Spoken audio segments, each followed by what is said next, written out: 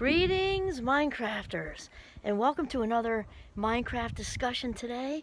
It looks like it might rain, but it's okay. We're good for right now. Anyway, my name is Kimberly Quinn, and I'm thrilled to have this chat with you. And today I'd like to talk about clarity is power. Clarity is power.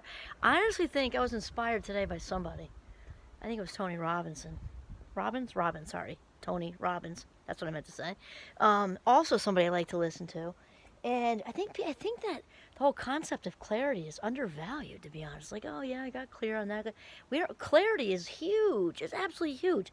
So we're going to talk about it just being efficient for one, but then also helping it to, how clarity helps us to figure out our lives and our purpose, because it's huge. So first of all, in a regular, everyday efficiency kind of way, I'll tell you, we are big on clarity in this house, and for those of us who are neurodiverse thinkers, it's very essential that we have clarity. Map it out for the Fast Mind Club.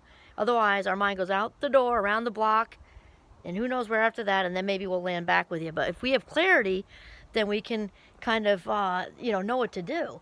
And also because our oldest daughter is on the spectrum, I learned early on just to be even more clear. Like, I'm clear because of me, but I'm really clear because of her.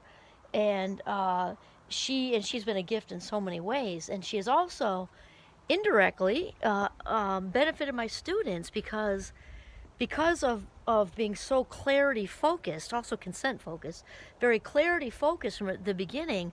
My syllabi and the way my whole classes are set up, there are no surprises. So you can know if you've got a friend coming, your best friend's coming up in 3 weeks. If you want to get ahead and do whatever is coming, you can. Okay? It doesn't, obviously with the discussions and stuff, that's spontaneous. But as far as it's just so crystal clear and mapped out. So that's efficient. Or even if nobody's coming to visit you, but, there's a lot of anxiety and also depression going on with this generation. So if anxiety is something somebody has, clarity is the best thing, because they're not guessing. So somebody who's already unsure and having a difficult time with ambiguity, difficult time with all the what if thinking, clarity can be a huge anxiety reducer, because now it gives us a sense of control. Okay, it's mapped out, it's clear. Now I have the control, if I, to choose to put in the effort and get this done and that done and this done. I'm not guessing. I'm not wasting valuable life minutes guessing, which is our next thing. Because the opposite of clarity is fog, right? When we're in a fog, whether it's with school or work or life, relationships, there's also a lot of life minutes wasted guessing. A lot of life minutes wasted guessing. And again, the ambiguity, even in relationships, causes stress. So to be clear when we have a conversation, even, I know my dear friend Dr. Dave, I had lunch with him today. I love him. When he used to do his whole talk at orientation at St. Mike's, he was really clear about the sexual stuff. He's like, say it. It's okay to touch this, and that, and don't touch that. You know what I mean? Clarity is good, and that's one of the things I absolutely love about the crew on the autism spectrum, is they are so clear. They can be misinterpreted as being, blunt by neurotypicals. Really, they're just being logical and honest, is what they are. We can call it blunt because a lot of neurotypicals we do a lot of social games and norms that really aren't normal, really. So the crew on the spectrum is just, it's like, don't ask me how I look don't ask them how you look in the new jeans if you don't really want to know, because they're going to tell you, and then be completely confused if you're hurt with the answer because you asked them, right? So they're big on clarity, and I absolutely love it. Okay, now the clarity thing with the power and empower. I love the word empower.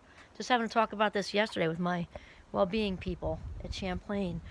When really it's all about clarity in our lives, because think about wasted life minutes. Or I think of like a pinball machine bouncing around, here to there, and some of that has to happen to figure things out. I'm not saying that, though. When we really kind of open ourselves up, right? Again, we're all connected to the divine, call it universe, higher power, God source, whatever.